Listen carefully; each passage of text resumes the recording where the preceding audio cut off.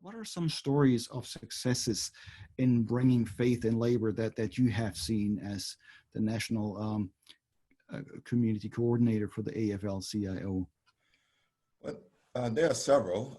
One would be in New Jersey.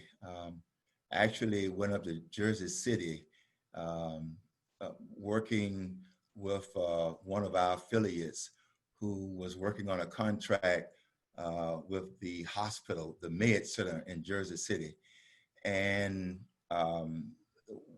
the Board of Commissioners, county commissioners, had a meeting of which they were the decision makers around this contract.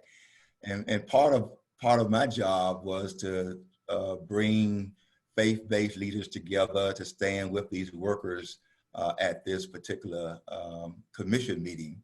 And but the hospital and the Chamber of Commerce had put out notification that they were not going to let anyone speak, including clergy.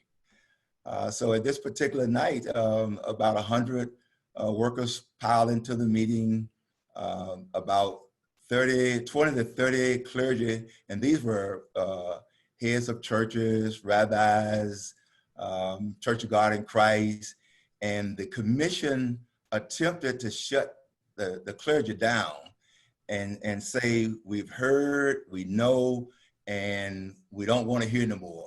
And those pastors stood up, walked to the front, all of them, and said, you are going to hear our story and you're not going to put us out.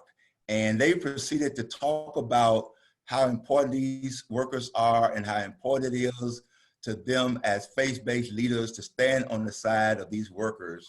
And we stayed there for 3 hours that night listening to clergy as they preach basically to this commission. And it was beautiful. But at the end of the day, we ended up getting a contract about a week later, but having a lot of faith-based and community leaders joining in this process.